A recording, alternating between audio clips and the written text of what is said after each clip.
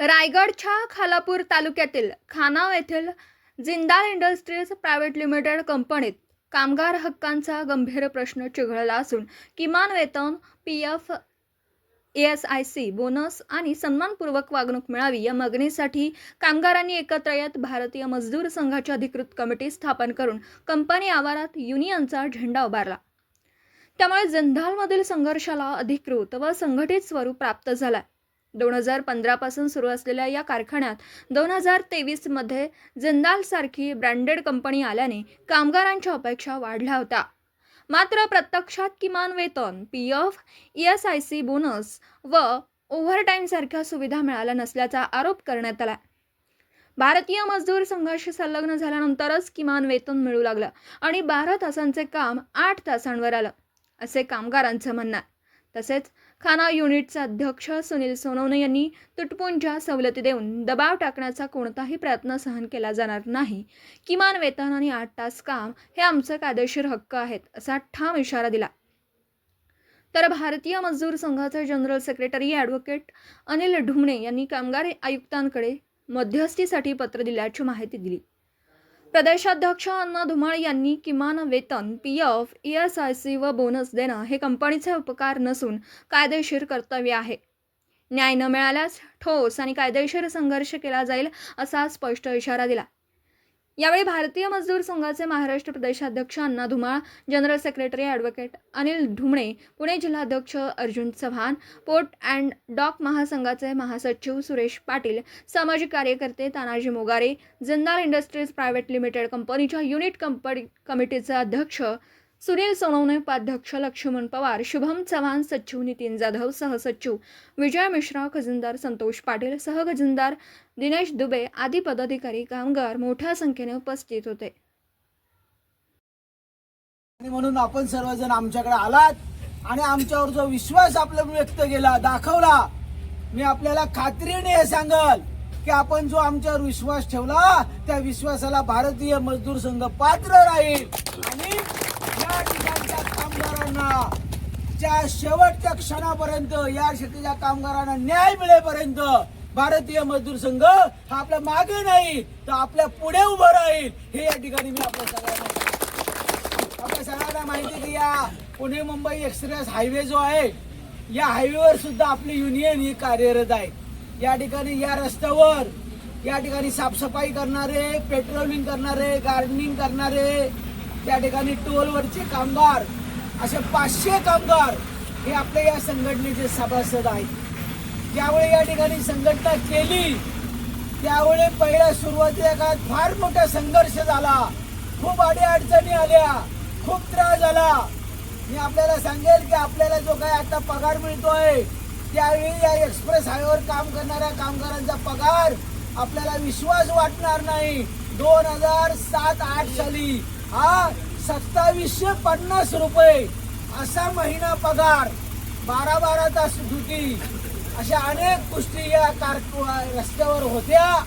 त्यानंतर ते सगळेजण भारतीय मजदूर संघात आले, आपण खूप मोठा संघर्ष केला, लढा केला, हा रस्ता अडवला होता, टोल नाका अडवला होता आणि हे सगळं केल्यानंतर, संघर्ष केल्यानंतर आजच्या ठिकाणी आपण 2007 नंतर आतापर्यंत 3 वेतनवाढ, 4 वेतनवाढ करार हे त्या ठिकाणी संपन्न झालं आणि आपल्या सगळ्यांना सांगायला मला आनंद वाटतोय की 2750 पगार असलेले कामगार आज 75,000 रुपये महिना एवढा पगार कामगार आपण मिळून देऊ।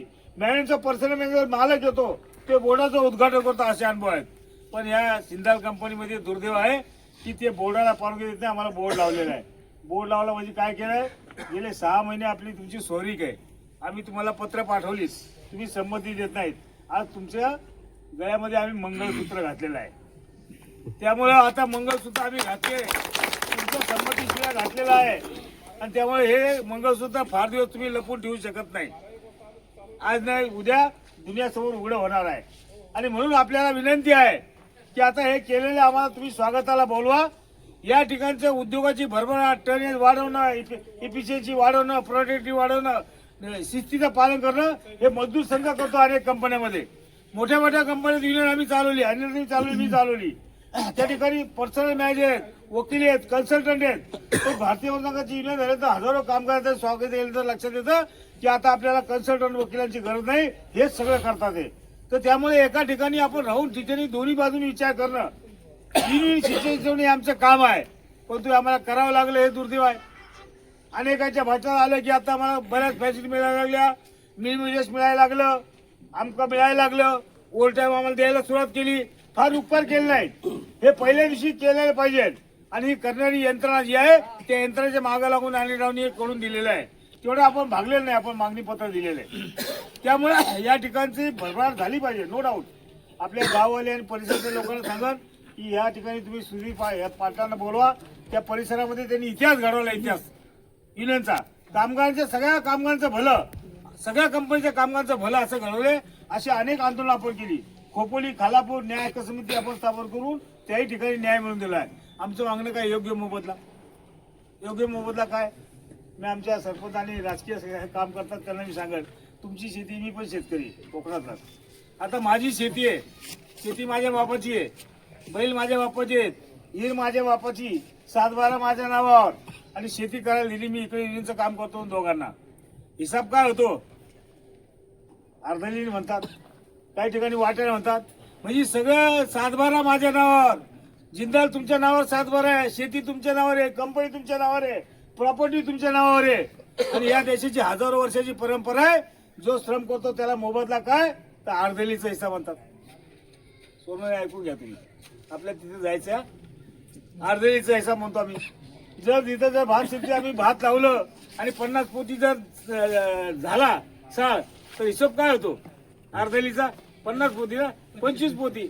आता जर जिंदालला हिसाब लावला 25 पोतीचा अर्धलीचा, एकाचा पगार 5 लाखाच्या खाली निघत नाही, एकाचा निघत नाही. आज म्हणजे कामगारांकडे देखील पाण्याची गरज ही तुमची आहे, त्या तुम्ही लक्षात ठेवा. आमच्या भूमीकडे आणि आमच्या कमतरतेकडे न पाहता या कामगारांना चांगल्या पद्धतीने या ठिकाणी योगदान दिलं पाहिजे. आज जर या ठिकाणी गेले 15-16 वर्ष कामगार काम करत असतील, 2015 पासून 10,000 कारखाना असेल आणि कामगार मात्र त्या स्थितीमध्ये राहणार असेल, तर हे काय योग्य नाही. त्यामुळे कामगारांची ताकद काय आहे हे दाखवण्याची वेळ त्या जिंदल ग्रुपने आणावी नाही, ही मात्र मी त्यांना आज या प्रसंगी त्यांना विनंती करतो. कारण भारतीय मजदूर संघ आकाशी सांगितले गेले, राष्ट्रहित, उद्योगिक आणि कामगार हित या पद्धतीने आम्ही सूत्र करतो. एक आहे, आपण 70 वर्ष पूर्ण केली आहेत भारतीय मजदूर संघाने, आणि 70 वर्ष 1955 जे आपण लिहिलं राष्ट्रहित, उद्योग आणि कामगार हित, याच त्रिसूत्रीवरती भारतीय मजदूर संघ आज देखील काम करतोय. अनेक संघटना आल्या, अनेक संघटना गेल्या, पण भारतीय मजदूर संघ एक संघ ही भारतीय मजदूर संघ चाललेले आहे आणि या त्रिसूत्रीवरती चाललेले आहे. तर आपल्यामध्ये कोणताही बदल झालेला आहे. आणि सगळ्यात महत्वाचं आहे की कामगारांच्या जीवावरतीच ही भारतीय मजदूर संघ चाललेला आहे आणि देशभरातली 1 नंबरची संघटना आहे. त्यामुळे या ठिकाणी देखील असलेल्या कामगारांनी, विशेष करून आपल्या रायगड जिल्ह्यातल्या सर्व कार्यकर्त्यांनी आपण आपल्या ताकदीवरती काम करायचं आहे. आणि इथं जरी असले, आमचे महाराष्ट्राचे अध्यक्ष असले, आमचे माननीय अण्णा धुमाळ जरी असले, तरी या ठिकाणी जर आले नाहीत तरी देखील आपण सर्वांनी मजदूर संघ म्हणून काम करायचं आहे. कारण प्रत्येक कार्यकर्त्याच्या जीवावरती भारतीय मजदूर संघ आहे. त्यामुळे आपण लक्षात घेतलं पाहिजे. अनेक संघटनांमध्ये आणि भारतीय मजदूर संघामध्ये हा फरक आहे. मी जर या ठिकाणचा अध्यक्ष असेल, संघटनेचा अध्यक्ष असेल, तर मीच मोठा असं भारतीय मजदूर संघाचं नाही. सर्वसामान्य कार्यकर्ता देखील भारतीय मजदूर संघाचं काम करू शकतो आणि तो कार्यकर्ता काम करेल. त्यामुळे अनेक ठिकाणी संघटना ज्या काम करतात त्यांच्या नावाने करतात. Video reporter Dhamsheel Sawant, KTV news, Raigad. आपल्या परिसरातील बातम्या आमच्यापर्यंत पोहोचवण्यासाठी स्क्रीनवर दिलेल्या क्रमांकावर संपर्क साधू शकता. दूरध्वनी क्रमांक 9833235011. त्याचप्रमाणे अधिक माहितीसाठी स्क्रीनवर दिलेल्या KTV न्यूजच्या ईमेल आयडीवर देखील संपर्क करता येईल.